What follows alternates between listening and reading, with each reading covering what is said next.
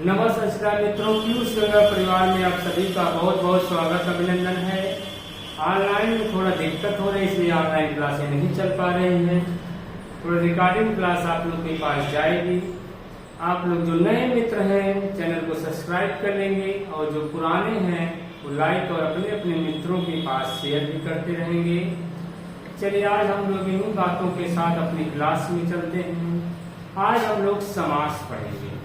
समास, आखिर समास होता क्या है? समास क्या है? समास एक संज्ञा है, समास एक नाम है। समास क्या है? एक संज्ञा।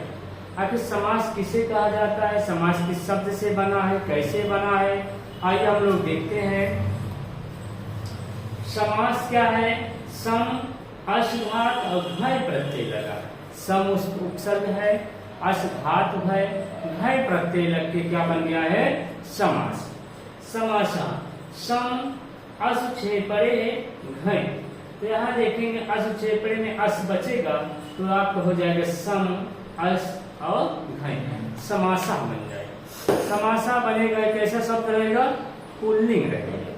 घय प्रत्यय जहां जहां लगेगा वह सब क्या हो जाएगा? पुल्लिंग बन जाएगा। आप लोग देखेंगे घय जहां जहां लगेगा वो सब क्या बन जाएगा? पुल्लिंग बन जाएगा। समास का अर्थ क्या होता है? संक्षेप या संक्षिप्तीकरण। संक्षेप या संक्षेपीकरण कर सकते हैं, संक्षिप्तीकरण कर सकते हैं। इसका है सम सनम समासा। सम सनम समासा मतलब पास पास रखा जाए, किसी को पास पास रखा जाए वही क्या है? समास। यहाँ फिर देखेंगे अनेक पदानाम एक पदी भवनम समासा। अनेक पदानाम एक पदी भवनम समासा। अनेक पदों को एक पद में रखा जाए, एक साथ रखा जाए, उसी को क्या कहा जाता है? समास। फिर आइए यहाँ देखते हैं समास के प्रकार। समास कितने प्रकार के होते हैं? हिंदी में जाएंगे समास 6 प्रकार के मिलते हैं। अब तक दादा, शॉर्टकट है अब तक दादा। आ से अव्ययी भाव, बा से बहुव्रीहि, ता से तत्पुरुष, अब का से कर्मधारय और दा से दादा। एक दादा दोनों वाले हो गए, एक दादा दिग वाले। अब तक दादा हिंदी में क्या है? अब तक दादा। अब संस्कृत में आप लोग देखेंगे लक्ष्य सिद्धांत कौंदी भट्टो दीक्षित के अनुसार समास 4 प्रकार के। लक्ष्य सिद्धांत में ये सिद्धांत कौंदी, लक्ष्य सिद्धांत है ना। सिद्धांत कौंदी किसकी रचना है? भट्टो दीक्षित की। लक्ष्य सिद्धांत किसकी रचना है? वरदाचार्य की। यहाँ देखेंगे सिद्धांत कौंदी के अनुसार समास 4 प्रकार के। बाबूराम सक्सेना के अनुसार समास 4 प्रकार के। चारों प्रकार क्या है? अव्ययी भाव समास, तत्पुरुष समास, द्वंद्व समास और बहुव्रीहि समास। ये सिद्धांत कौंदी और बाबूराम सक्सेना के अनुसार समास 4 प्रकार। अब यहीं आ जाइए, लघु सिद्धांत कौंदी के अनुसार समास कितने हैं? 5 प्रकार। कौन समास ये शामिल हुआ? केवल समास, केवल समास, अव्ययी भाव समास, तत्पुरुष समास, द्वंद्व समास और बहुव्रीहि समास। ये 5 समास किसके अनुसार हो गए? बाबूराम सक्सेना के अनुसार 4 है, लक्ष्य सिद्धांत कौंदी के अनुसार 5 है। तो अगर आप पीजीटी देते होंगे पूछा जाए पीजीटी सिलेबस लक्ष्य सिद्धांत कौंदी रखा गया है, ठीक। अगर सिद्धांत कौंदी से आप पढ़ेंगे आपको समास 4 मिलेंगे, लक्ष्य सिद्धांत के अनुसार 5 मिलेंगे। चलिए यहाँ अगर आ गए तो समास हम लोग देखेंगे 6 प्रकार होते हैं। अव्ययी भाव समास में इसमें होता है एक प्रधान, एक अप्रधान, एक गौण कर सकते हैं। अव्ययी भाव समास में प्रथम पद क्या होता है? प्रधान होता है ना, और तत्पुरुष में द्वितीय पद प्रधान होता है, और द्वंद्व में दोनों पद प्रधान होते हैं, और बहुव्रीहि में अन्य पद, दोनों में से कोई नहीं। चलिए आइए हम लोग आज पढ़ेंगे क्या? अव्ययी भाव समास। चलिए फटाफट रिवीजन वाली क्लास है। अगर आपको विस्तृत क्लास देखनी हो तो आप वहां जाके आप देख सकते हैं प्ले स्टोर में।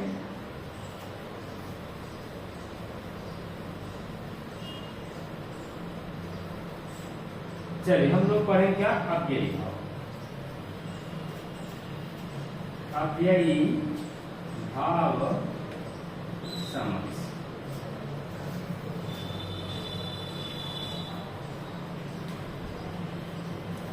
चलिए आप लोग डाल लीजिए अव्ययी भाव समास। सूत्र कंफर्म करें, कोई से लिखाते चलें।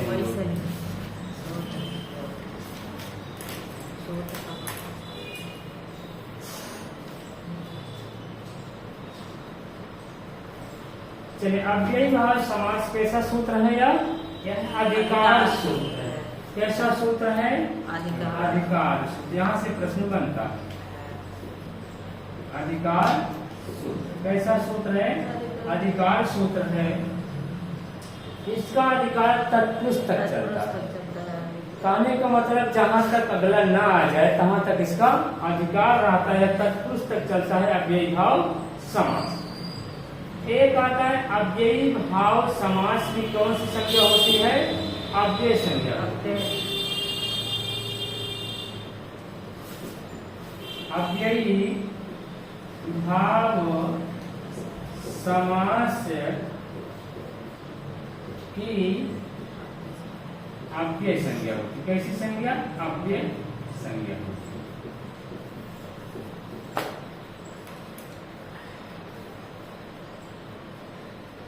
एक अव्यय करने वाला सूत्र भी है। सदृशं त्रिषु लिंगेषु सर्वासु च विभक्तिषु वचनेषु च सर्वेषु यन्वेति तद अव्ययम्। कहने का मतलब यह है सदृश्य तीनों लिंग कहने का मतलब स्त्रीलिंग, पुल्लिंग और नपुंसक लिंग में यह समान पर रहेंगे। अव्यय का अर्थ होता है जिसका व्यय ना हो, न तो स्त्रीलिंग में हो, न तो नपुंसक लिंग में हो, न तो पुल्लिंग में हो। जिसका व्यय न हो वही क्या होता है? अव्यय होता है। जो तीनों लिंगों में और विभक्तियों में, वचनों में समान रहता है और जिसका व्यय नहीं होता उसी को क्या कहते हैं? अव्यय कहते हैं। अव्यय का मतलब होता है, आप लोग जान लीजिए, तीनों लिंगों का मतलब स्त्रीलिंग, पुल्लिंग और नपुंसक लिंग। और विभक्ति का मतलब होता है सातों विभक्तियां जो है, 8 विभक्तियां, ठीक। और उसके बाद अगर आपके आ जाए वचन भी एक वचन, दो वचन, बहुवचन, 3 वचन है। इन सब में जिसका समान हो और जिसका व्यय ना हो उसी को क्या कहा जाता है? अव्यय कहा जाता है। चलिए इसके बाद आप लोग देखें, इनको 16 अर्थों में बताया गया है। सबसे बड़ी बात है कितने अर्थों में? 16 अर्थों में अव्ययी भाव को बताया गया है।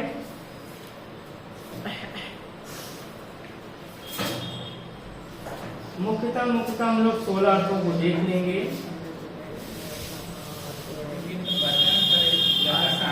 दो चीज होता है, पहला होता है अव्यय और दूसरा रहता है संधि। जैसे अभी कोई संधि बनती, कोई समास बनता है, यहाँ 2 पद होता है, एक पद इधर रहेगा और एक इधर रहेगा। पहला वाला क्या रहेगा? अव्यय रहेगा। दूसरा वाला क्या रहेगा? संज्ञा। पहला क्या रहेगा? अव्यय और दूसरा पद क्या रहेगा? संज्ञा। ये दोनों मिलके, पहला रहेगा अव्यय, दूसरा संज्ञा, दोनों मिलके क्या बन जाएंगे? अव्यय। अव्यय मतलब जो जिसका व्यय ना हो। 2 पद मिलेंगे, पहला क्या रहेगा? अव्यय, दूसरा संज्ञा। अब इसी में कहा जाता है, पहले को क्या कहा गया है? अव्ययी भाव समास में पहला प्रधान होता है ना।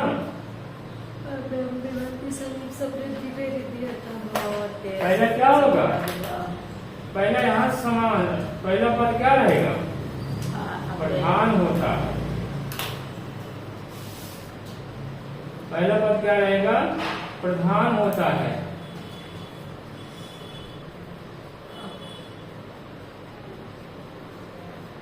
अव्ययम विभक्ति समीप समृद्धि वाला वही 16, इसमें 16 अर्थ है ना, जैसे हम लोग उसमें पढ़े थे।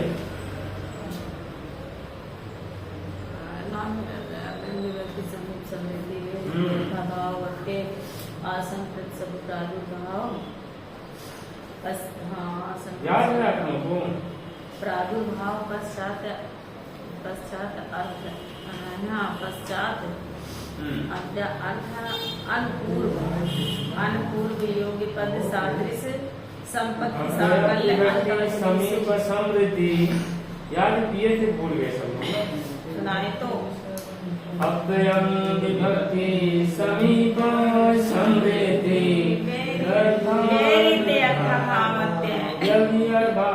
भाव संप्रति शब्द प्रादुर्भाव, ये 16 अर्थों में, ठीक याद रहता है। धीरे धीरे क्या होता है, खाली उपसर्ग क्या उपसर्ग याद लिख लिख याद करें नहीं, बहुत देर भुला जाएगा ना, ये भुलाता है ना। चलिए हम लोग 16 अर्थ लिखते हैं, 16 अर्थों के साथ हम लोग इसका करेंगे। क्या लिखा है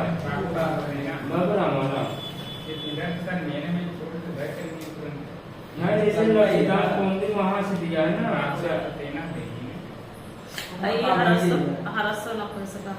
चलिए बाबा हम सक्सेने हम लोग देखते हैं। अगर पूछा था तो हमें कहा है अभी समीप अर्थ में बात। चलिए बाबू हम सक्सेने हम लोग पढ़ेंगे।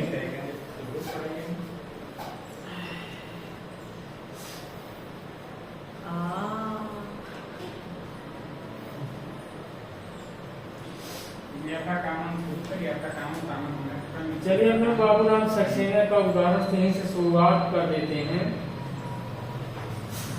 प्रायेण पूर्व पद प्रधानो अव्ययी भाव, इसको लिख लीजिए आप लोग पहले ना, अभी भाव पढ़ रहे हैं ना।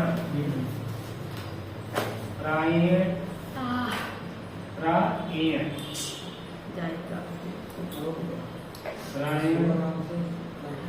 पूर्व पद पदार्थ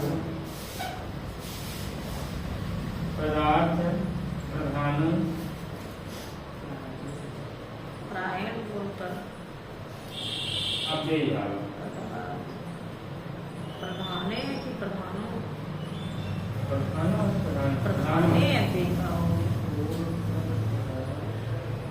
प्रधानो है सर जी, प्रधानो अव्ययी भाव। समास करेंगे और मैं सरल नहीं करेंगे ना। हो गया ठीक। प्रायेण पूर्व पद प्रधान, प्रायेण पूर्व पद पदार्थ प्रधानो अव्ययी भाव। प्रायः पूर्व पद क्या होता है, प्रायः दिया है 100%। प्रायः पूर्व पद प्रधान जिसमें होता है वह कैसा होता है, अव्ययी भाव होता है। जिस समास में विशेष संज्ञा नहीं होती है जब केवल समास। चलिए इसको देख लीजिए आप लोग। प्रायः पूर्व पद प्रधान होता है, उसे क्या कहा जाता है, अव्यय। पूर्व पद अव्यय होता है, उत्तर पद अव्यय। जैसे पूर्व पद क्या, इसको पूर्व कह सकते हैं ना, पूर्व और यह उत्तर। पूर्व पद क्या होता है, अव्यय होता है। उत्तर पद क्या होता है, संज्ञा होती है। उसी को क्या बोलते हैं, अव्ययी भाव। चलिए यहाँ हम लोग देखते हैं बाबूराम सक्सेना के अनुसार। बाबूराम सक्सेना के अनुसार है अव्ययश्च अव्ययी भावश्च। इस सूत्र के अनुसार अव्ययी भाव कैसे होते हैं, नपुंसक लिंग। और देख लीजिए अव्ययी भाव के जो शब्द बनेंगे कैसे रहेंगे, नपुंसक लिंग। पूछा जाएगा अव्ययी भाव करने वाला कैसा सूत्र है, नपुंसक लिंग। अव्ययी भावश्च क्या करेगा, क्या करेगा, नपुंसक लिंग करके। अव्ययी भाव नपुंसक लिंग में होता है। अव्ययी भाव नपुंसक लिंग, नपुंसक लिंग में होता है। पूछा जाता है अव्ययी भाव नपुंसक लिंग करने वाला सूत्र है क्या, अव्ययी भावश्च। अव्ययी भावश्च सूत्र से क्या हो जाएगा, नपुंसक लिंग हो जाएगा।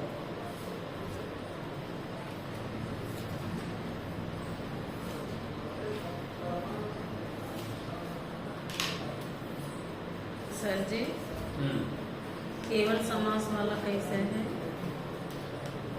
मुंह देख लीजिए। यहाँ और देखेंगे आप लोग, और एक चीज देखेंगे। अब यही भाव जैसे बाबूराम समास, बाबूराम देखेंगे। अब यही भाव का यौगिक अर्थ होता है जो अव्यय नहीं था, उसका अव्यय हो जाना। यह अर्थ इस समास की एक प्रकार से कुंजी है। कुंजी जैसे चाबी वाली कुंजी होती है, वैसे कुंजी है। तो अव्ययी भाव समास प्रायः दो पद होते हैं, जिसमें प्रथम पद प्रायः अव्यय, दूसरा संज्ञा होता है, जो हम लोग यहाँ देख चुके हैं। ठीक, उसके बाद कहना दोनों मिलकर अव्यय हो जाते हैं, किसी अव्ययी भाव शब्द के रूप नहीं चलेगा। अभी हम बताएं, ना तो इसका रूप चलेगा, ना वचन चलेगा, ना तो विभक्ति हो, कुछ होगा नहीं। अंतिम पद जो है बल के जो अंतिम शब्द जो है नपुंसक लिंग एक वचन जैसा होता है, वही रूप का भाव समास हो जाता है और वही नित्य रहता है। ठीक, यहाँ देखेंगे जब यहाँ अव्ययी भाव समास देखेंगे, यहाँ क्या होगा? अव्यय प्लस संज्ञा अव्ययी भाव, ये कैसा रहेगा? नित्य रहेगा, नपुंसक लिंग बन जाता है। आप ये देखें, अव्ययी भावश्च, अव्ययी भाव नपुंसक लिंग में होता है। जैसे दिए यथा कामम, यथा कामम, कामम कामम अतिक्रम इति यथा कामम, इच्छा अनुसार। यथा कामम में कौन सी संधि, कौन समास हो जाएगा? अव्ययी भाव। ऐसे भी यथा कामम के दो शब्द आए हैं, यथा और काम, और इसमें यथा शब्द प्रधान है, दोनों मिलकर एक अव्यय हुए हैं। यथा काम रूप नहीं चलेंगे, और अंतिम शब्द काम में पुल्लिंग होते हुए भी वह रूप धारण किया जो तब धारण करता है जब नपुंसक लिंग वचन होता है। इसी प्रकार जैसे यथा शक्ति, यथा शक्ति। अभी ये सब किसमें आएंगे? आपके 16 अर्थों में सब आएंगे। ठीक, अभी ये सब 16 अर्थों में आए, बताया गया, सीधा बताया गया है कैसे कैसे अव्ययी भाव बन जाते हैं, कैसे कैसे अव्ययी भाव बन जाते हैं। इसको मिटा दे, थोड़ा लिखते चले हम लोग। जितना इसमें लिखा है सभी जगह से प्रश्न बनते हैं ना। चलिए, जैसे कह रहे हैं आपका यथा शक्ति है ना, यथा शक्ति, यथा शक्ति। पहला क्या होना चाहिए? पहला अव्यय, दूसरा संज्ञा। तो इसका आप लोग देखेंगे क्या हो गया है? शक्तिम अनतिक्रम है ना, अनतिक्रम, तो क्या बन जाएगा? इति। उसके बाद देखिए अंतर्गिरी, गिरीश इति, उपगंगम। ये देखिए उपगंगम किसके है? गंगया समीपे अर्थ में हो जाएगा। अब हम दिखाएंगे पूरा, पहले आप लोग थोड़ा जान लीजिए। ऊपर समीपे है ना, उपगंगम देखिए,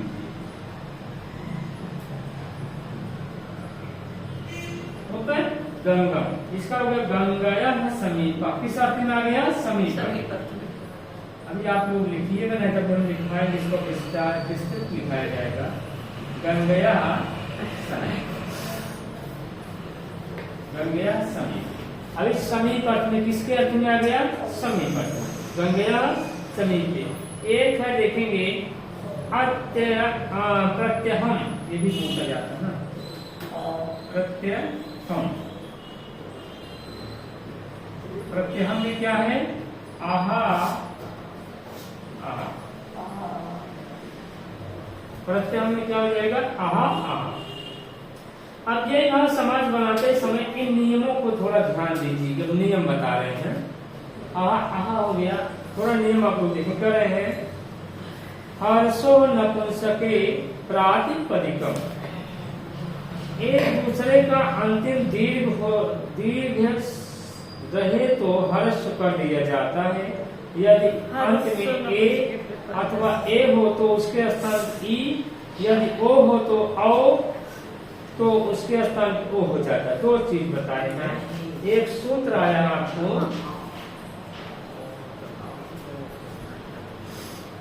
लिखाते चले सूत्र वह ज्यादा सही रहता है।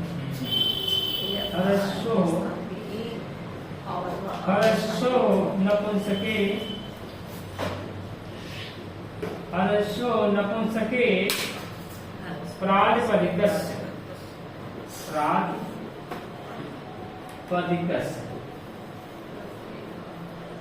हर्षो नपुंसको प्रातिपदिकस्य। यहाँ कहता क्या है, कह रहा है कोई शब्द होगा, कोई शब्द मतलब जिसका दीर्घ होगा लास्ट में, दीर्घ अंतिम क्या होगा, अंतिम दीर्घ होगा, अंतिम दीर्घ जहां होगा उसी को क्या कर दिया जाएगा, ह्रस्व कर दिया। कह रहे भाई जिसका अंतिम वर्ग क्या हो, दीर्घ हो, उसको क्या कर दिया, ह्रस्व। जैसे आपका अंतिम दीर्घ आ है, इसको क्या कर देंगे, ई कर देंगे, ह्रस्व आ कर देंगे, ठीक, ह्रस्व आ।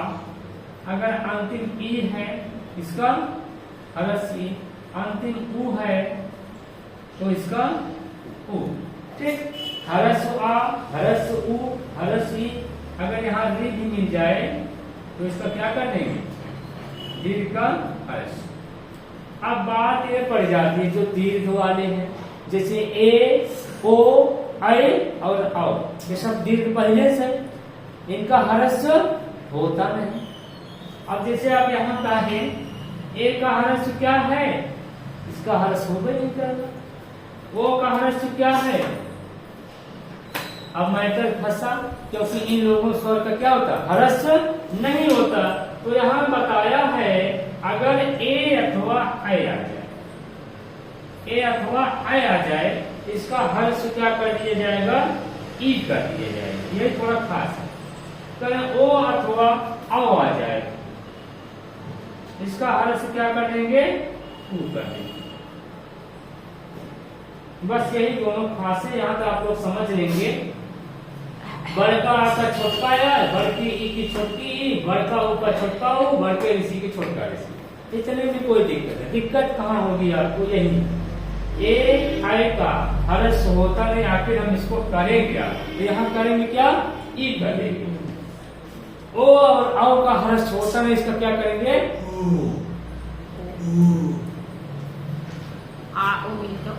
ठीक। आइए उदाहरण दिया गया यहाँ, जैसे गंगा है, उप गंगा दिया है, उप गंगा। यहाँ देखेंगे, इसको ऐसे देख लीजिए, उप गंगा,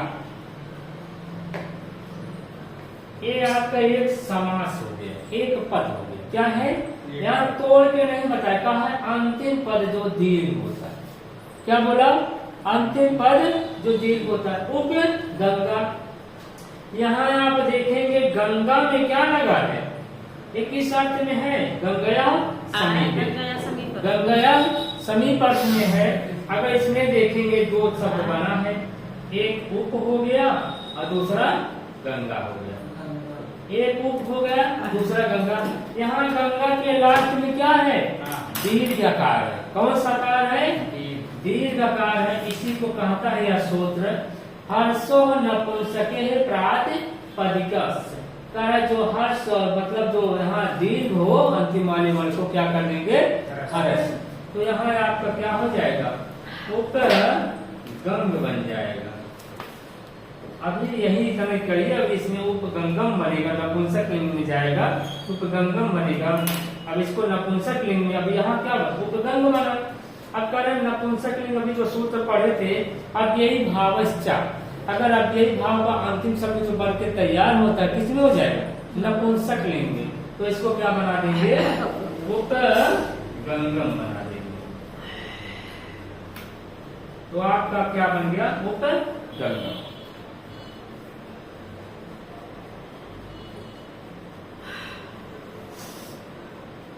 एक आप लोग बढ़िया से लिख लीजिए। अगर कोई समस्या हो तो आप लोग कमेंट भी कर सकते हैं देखने के बाद।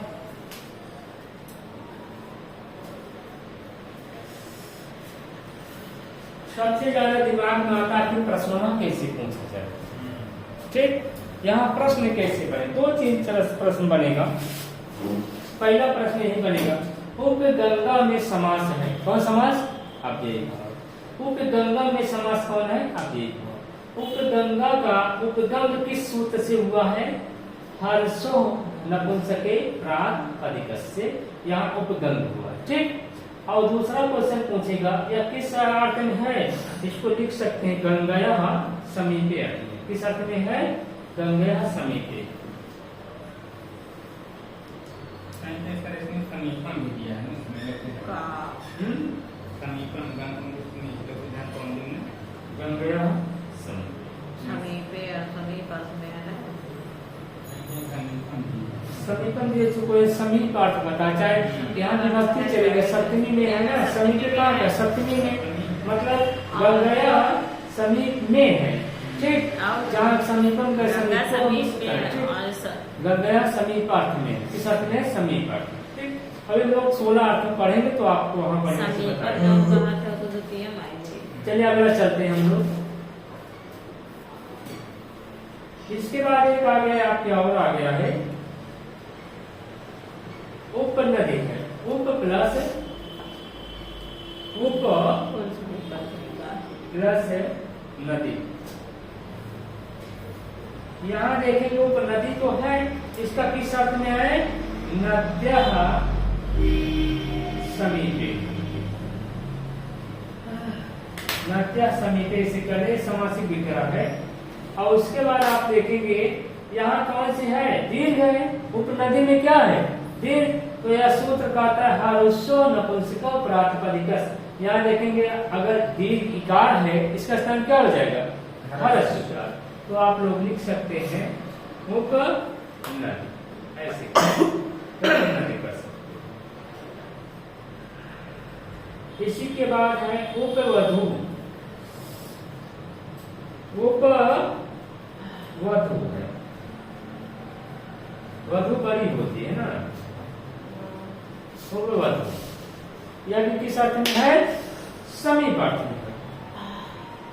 बद्ध समीपे,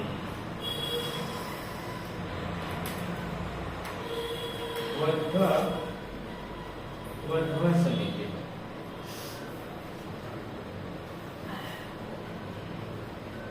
तो यहाँ देखेंगे उप है, वधू है। वधू में कौन सा उपाय है, बड़ा रू होगा तो क्या उसका कर दिया जाए, छोटा हर्ष, तो क्या हो जाएगा, उपवधू।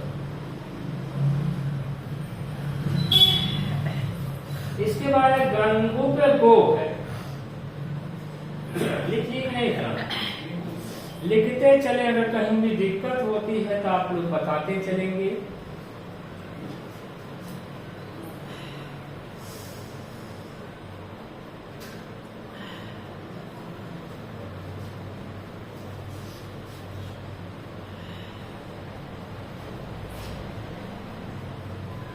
चलिए आगे चले, मिटा दे, देखिए मिटा दिया जाए। चलिए देखिए बैठे हैं, ठीक है। चलिए इसके बाद आया है उप प्लस को, उप प्लस को। यह किस अर्थ में है, यह भी समीप अर्थ में है, वो समीपे, दो समीपे। यहाँ आप देखेंगे यहाँ दो शब्द कैसा है, ए ओ और औ। अगर अंतिम में ओ और औ आ जाए तो उसका स्थान क्या कर देंगे आप लोग, छोटा ऊ कर देंगे। तो यहाँ क्या हो जाएगा, ऊपर गु हो जाएगा। क्या बच्चा लिखा देंगे, उपगु। चलिए हो गया एक, और इसके बाद है उप प्लस न। उप प्लस न एक किस अर्थ में है, समीप, नावः समीपे, नावः समीपे, नावः समीपे। यहाँ कौन सा लगा है, आओ।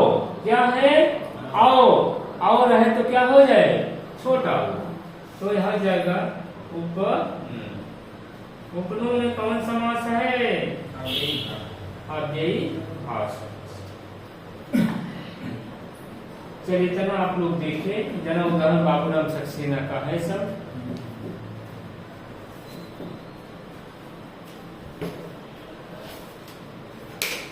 चलिए आगे हम लोग देखते हैं। हो गया इतना। अनश्च इसके बाद एक है अनश्च, अर्थात अन्नत अव्ययी भाव में टच प्रत्यय लगता हो। टच लगे भाई, अभी टच मोबाइल चलाए, पहले टच आया था, तब एंड्रॉइड आया था। टच मतलब ऐसे छुई दो बस, टच कर दो, डोंट टच माई ना। चलिए आगे चलते हैं। डोंट टच माई मोबाइल, एक सूत्र है अनश्च। क्या कहता है अनश्च? कहता यह है, कहता यह है अन्नत अव्ययी भाव समास में क्या लग जाए? टच प्रत्यय। अन्नत अव्ययी, लिख लीजिए, अन्नत अव्ययी भाव समास में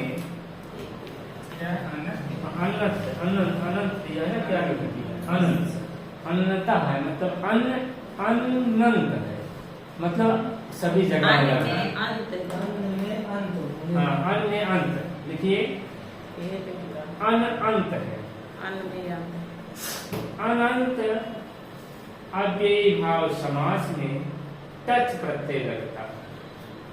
कहने का मतलब है अन हो और जिससे अंत हो, मतलब अन में अंत हो तो क्या लग जाएगा? टच प्रत्यय।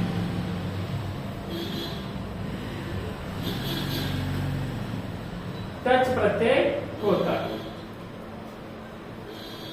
चलिए यहां देखिए, एक पॉइंट और लिख लीजिए इसी के नीचे, देखिए अन्न में अन्न से अन्न में अंत होने वाली संज्ञाओं में, अन्न में अंत होने वाली संज्ञाओं में, अन्न में अंत होने वाली संज्ञाओं में, संज्ञाओं में समासांत टच प्रत्यय, समासांत टच प्रत्यय, टच प्रत्यय कोष्टक में लिख लेंगे, टच प्रत्यय कोष्टक लिखिए, पुल्लिंग और स्त्रीलिंग में नित्य, पुल्लिंग और स्त्रीलिंग में नित्य, नपुंसक लिंग में विकल्प से, कोष्टक बंद कर देंगे, नपुंसक लिंग में विकल्प से, कोष्टक में जुड़ने से अन का लोप हो जाता है, जुड़ने से अन का लोप हो जाता है, अन का लोप हो जाता है और टच प्रत्यय का आ जुड़ जाता है, टच प्रत्यय का आ जुड़ जाता है।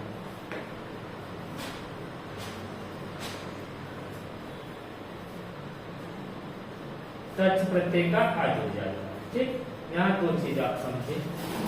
पहला कहा जिन शब्दों का किससे अन से लोप हुआ, किससे अन से, जिसका अंत हुआ, जिसके शब्द कोई समास है जिसके लास्ट में क्या हो? अन हो, जिसके लास्ट में क्या हो? अन हो। अब कह रहा है अन होगा तो यहाँ अन होने पे समासांत में क्या जुड़ जाएगा? टच प्रत्यय, टच प्रत्यय। अब एक कंडीशन बताया है, यह टच प्रत्यय कब जुड़ेगा? कह रहा है पुल्लिंग जो है, पुल्लिंग और स्त्रीलिंग में, स्त्रीलिंग में यह क्या रहेगा? नित्य रहेगा। और नपुंसक लिंग में, नपुंसक लिंग में यह क्या रहेगा? विकल्प। ठीक, अब यह कहता है जो लास्ट में अन है, अन का क्या कर दिया जाएगा? यह लोप हो जाता है, तो इसके स्थान पे क्या आ जाएगा? टच जुड़ जाएगा। टच में क्या बचेगा आपका? आ। टच में क्या बचता है? आ बचेगा। इस टच का हलंतम से क्या करेंगे? चा का संज्ञा तत्सलोपा से लोप। अब टा का किससे लोप होगा? देखिए दो चीज, पहले टच को तोड़िए, टा है, आ है और चा।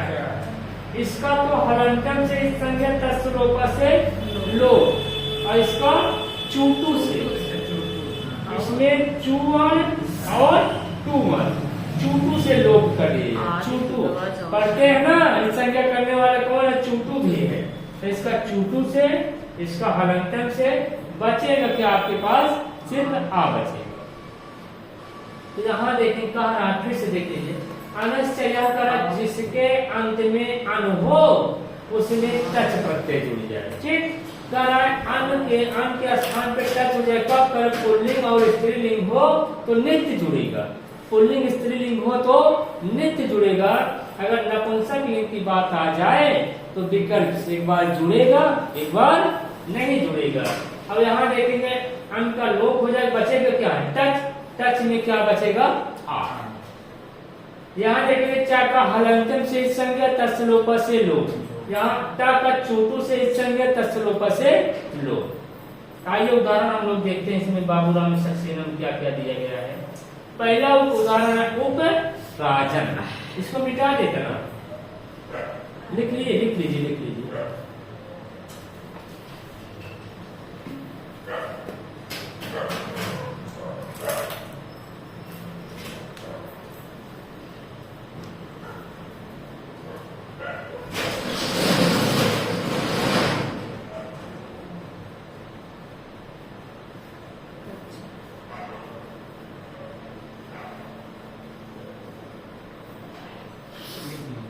लिखिए सब लोग। एक आता है टी संज्ञा, अचो अंत्याद टी, अचो अंत्याद। चलिए इसको मिटा दें। अचो अंत्याद, अच जो अंत में होगा, चलिए टी संज्ञा। एक सूत्र है टी, टी संज्ञा। टी संज्ञा का आता क्या है? कहेगा जो स्वर अच लास्ट हो, क्या हो? स्वर का है चाहे अच का है ना। आज है अंतिम, अंतिम आज की क्या करेगा? टी करेगा।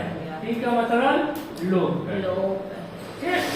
तो यहाँ अन की क्या हो जाएगी? अन की टी संज्ञा हो जाएगी। अन की टी संज्ञा, और जब अन की टी संज्ञा हो जाएगी तो इसी के स्थान पे क्या आके जुड़ जाएगा? टच। आइए उदाहरण, एक उदाहरण देखिए तब समझ में आएगा। ऊपर प्लस राजन, प्लस राजन, इसका क्या है? राज्ञ समीपे, किस अर्थ में है? समीप में, राज्ञ समीप। अब पहले आपका बना क्या है? उप राजन। यह सूत्र जो पहले हम लोग अनश्च लिखे हैं, कर जिसके अंत में क्या हो? अन हो। अब यहाँ हम लोग बनाएंगे, अगर हम लोग देखेंगे, पहले इसे बना लीजिए आप लोग। उप राज, यहाँ लास्ट में क्या है? अन है। ठीक, अब यहाँ देखिए कहता क्या है? टी संज्ञा अचो अंत्याद टी, कहता है जिसके अंत में जो अच हो उसी की क्या कर ली जाए? टी संज्ञा। उसके बाद अगर व्यंजन कोई आ जाता है वो भी साथ में चला जाता है। अब यहाँ अगर हम तोड़ेंगे राजन का, अगर तोड़ के क्लिक दे रहे हैं तो आप लोग थोड़ा कंफ्यूज जाएंगे। यहीं से तोड़, राजन का तोड़ रहे हैं। रा, आ, जा, आ और ना। अब इसका अचो अंत्याद टी संज्ञा किसकी होगी? लास्ट वाले स्वर की।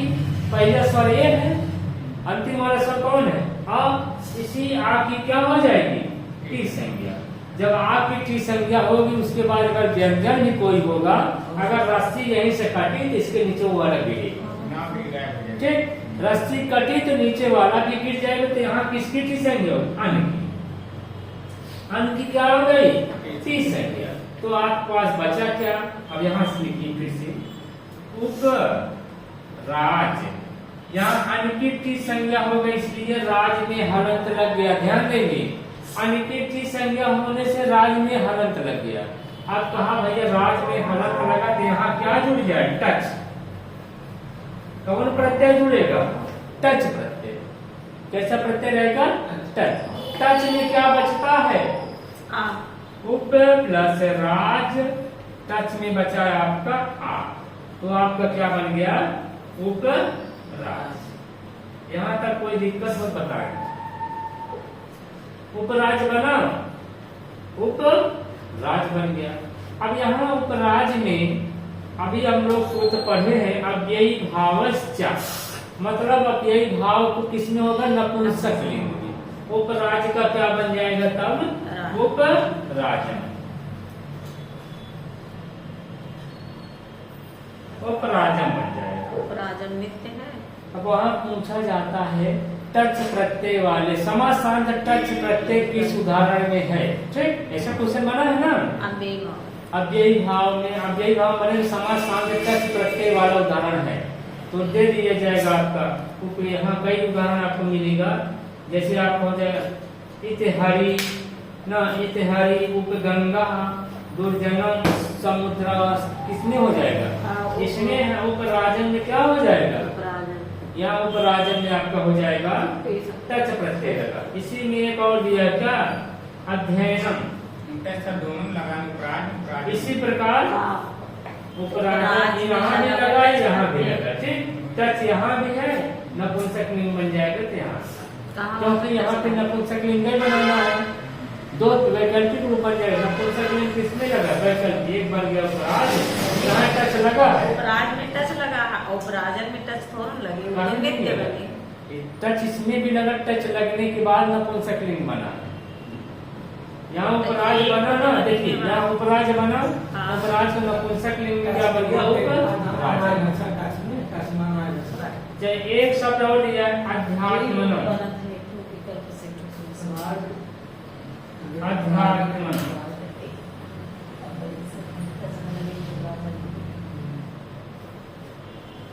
यहाँ देखें अध्यात्मन, अध्यात्मन में भी क्या लगा है?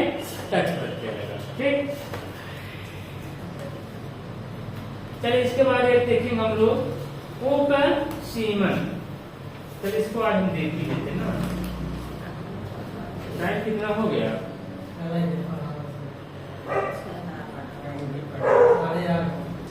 साढ़े आठ से ज्यादा हो गया।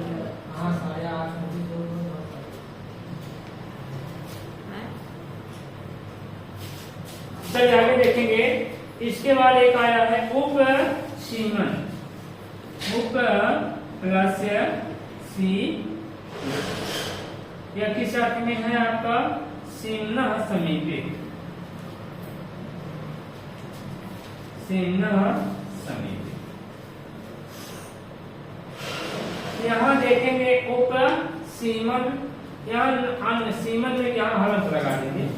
सीमन में देखेंगे पहले यहाँ टी संज्ञा हो, किसकी टी संज्ञा होगी? अन की। अन की क्या करेंगे हम लोग? टी संज्ञा। आइए इसको भी तोड़ लेते हैं। उप सा बड़ी ई मां आ और ना, कहता है अचो अंत्याज ची, जो लास्ट में अच होगा, लास्ट में अच होगा उसी की क्या हो जाएगी? टी संज्ञा।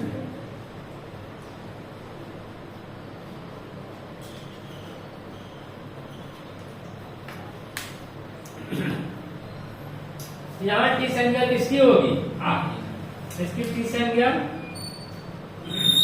और इसको लेके चला जाए। यहाँ भी किसकी टी संज्ञा हुई? अन की टी संज्ञा हुई। आपके पास बचा क्या है? आपके पास बचा ऊपर समीप, सीमन है ना, उप सीमन समीप, उप सी सिम बचा, उप सिम बचा, क्योंकि यहाँ सिम है, क्योंकि अन का तो लोप हो गया है, सी संज्ञा होगी। यहाँ अनंत रहेगा, आ निकलेगा ना, सब अनंत नहीं हो जाएगा।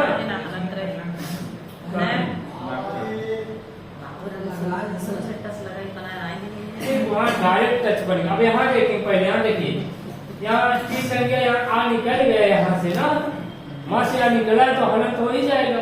अब इसी में क्या जुड़ेगा? टच। टच में क्या बचता है? तो आपका बन गया क्या? उप सीम।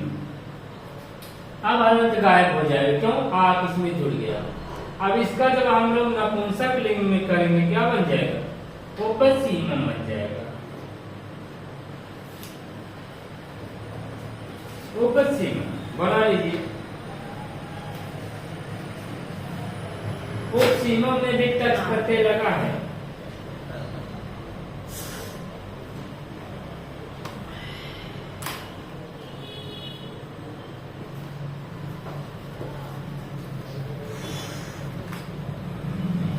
चलिए उपसीमम में क्या लग गया? टच प्रत्यय।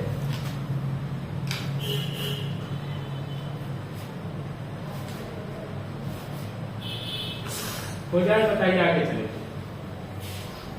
हो गया? चलिए एक सूत्र आया है नपुंसक नपुंसकाद अंतरस्यान। अन्नत मतलब नपुंसक लिंग शब्द अव्ययी भाव समास के अंत में आवे तो विकल्प से टच लगेगा। वो जो हम लोग ऊपर लिखे टच लगने पे नस तद्धिते के अनुसार प्रथम को अन का लोप हो जाएगा। चलिए मिटा दे इसको। दो चीज कहा है।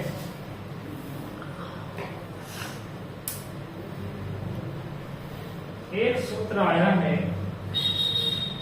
नपुंसक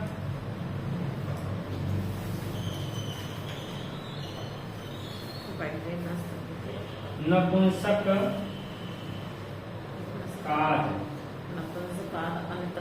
काद अन्य तरस्याम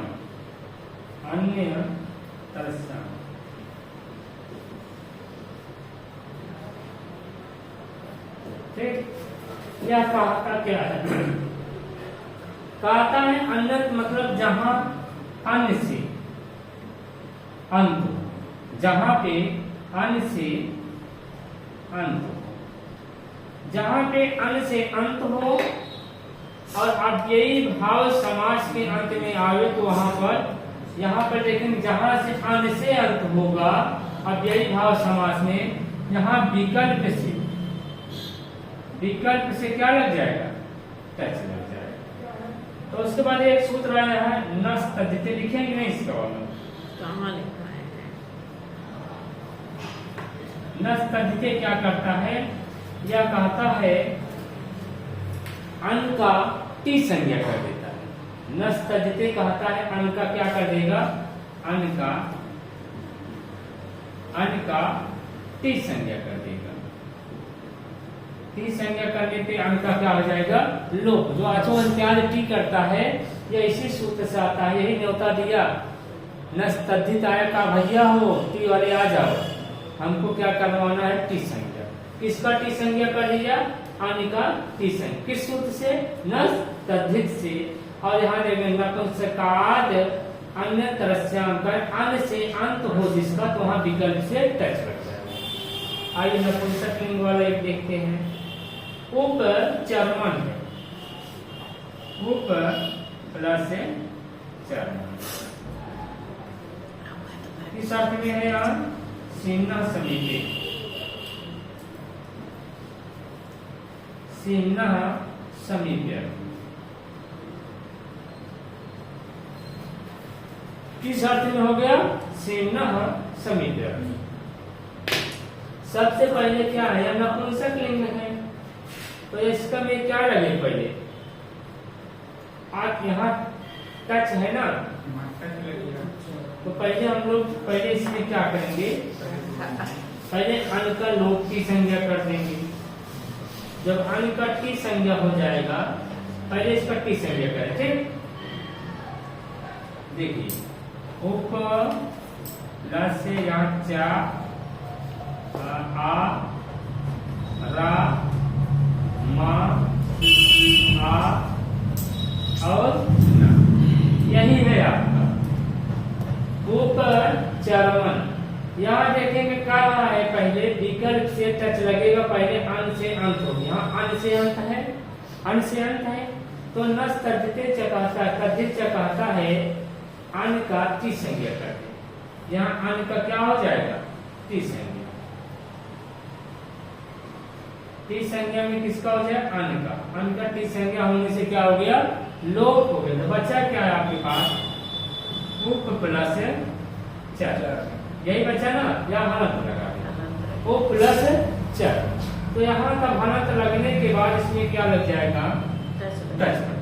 उप चर में और यहाँ टच लगा देंगे। टच में क्या बचा है? आ। तो आपका बन गया क्या? उपचर। एक शब्द आपका उपचर में बन गया। इसमें टच लगा है, इसमें टच लगा। कहा भाई? टच क्या करना? विकल्प से करना। उपचर में क्या लगा? टच नहीं लगा है। कहेगा एक में टच नहीं लगेगा, और जिसमें इसके बाद एक शब्द बनाया है उपचर, एक और बन जाएगा नपुंसक लिंग। जब इसको करें क्या बन जाएगा? उपचरण। दो रूप बन जाएगा, उपचरण और उपचरण। तो दोनों मैंने खोल देंगे तो जैसे उपराजन वाला, यदि उपचरण में अन्न निकाल लिया जाए तो उपचरण में, और अन्न न निकाला जाए तो उपचरण बन जाएगा। तो वो तो उपराजन वाला जाना, और राज उपराज उपराजन में हो तो एक विकल्प से होगा तो वहाँ जो राज शब्द था पुल्लिंग था ना, वहाँ दो रूप बन रहा था, पर इसका यहाँ दो रूप बने। उपराज नहीं बने, वहाँ दोनों रह जाए। एक में उपचरण और एक उपचरण। एक का है विकल्प से टच लगे, अगर हम टच न लगाए तो क्या लगे? यहाँ उपचरण बना है, यहाँ उपचरण बन जाएगा। अगर टच नहीं लगाएंगे तो क्या बनेगा? टच नहीं लगाते यही उपचरण बना रहे, यही तरह बना रहे, उपचरण बना हलंत लगा। ठीक, टच ना लगे तो चर्मन तब। टच नहीं लगेगा तो हलंत लगा। टच लगेगा, टच में क्या बचता है? आ बचता है। ठीक, तो बस आगे दिए जाएगा। अभी छह प्रत्याहार का वन आएगा।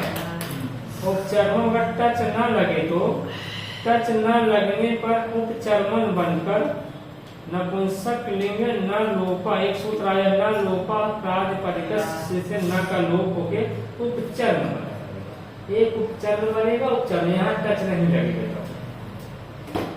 तो एक सूत्र आया है न लोपा प्रातिपदिक से, ना का लोप होकर उपचरण हो जाए। मेन शब्द क्या है आपका? उपचरण ना, उपचर्मन है, तो इसी से एक लोप कर देगा। एक सूत्र आया है न लोपा प्रातिपदिक से, आपको लिखा दे रहे हैं। एक सूत्र है न लोपा, न लोपा दिख रहा है मोबाइल प्रातिपदिकांत।